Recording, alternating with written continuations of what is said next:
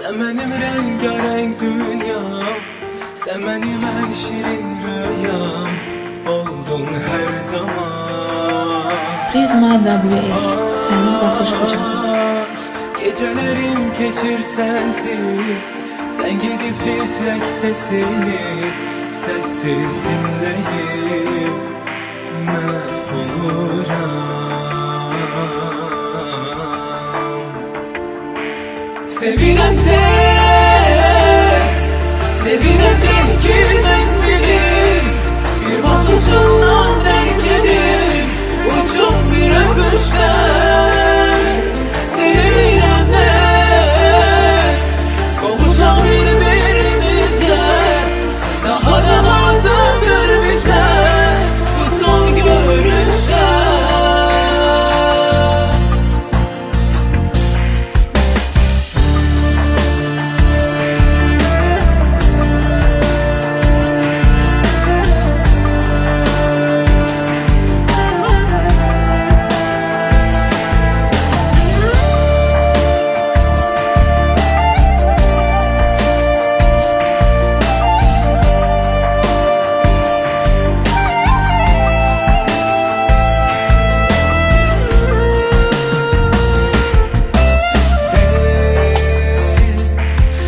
Sabah toyuna gelsem, seni onunla bir görsem, kalbim düzer mi?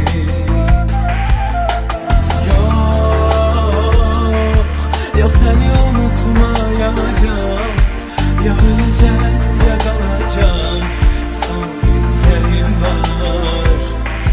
Sevilem de,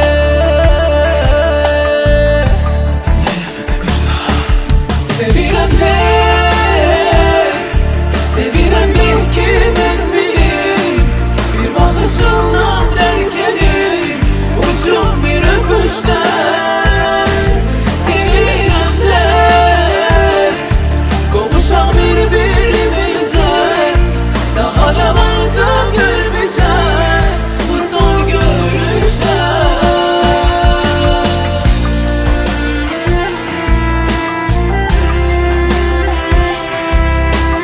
Yine bu gece bir şarap, birden ben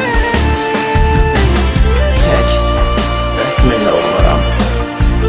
Ama son xahişim var, bu gece beni sevirəm de, sevirəm de. Prizma WS, senin bakış bucağın. Sevilem de, sevilem de ki ben bilir, bir bakışınla terk edip uçup bir öpüşte.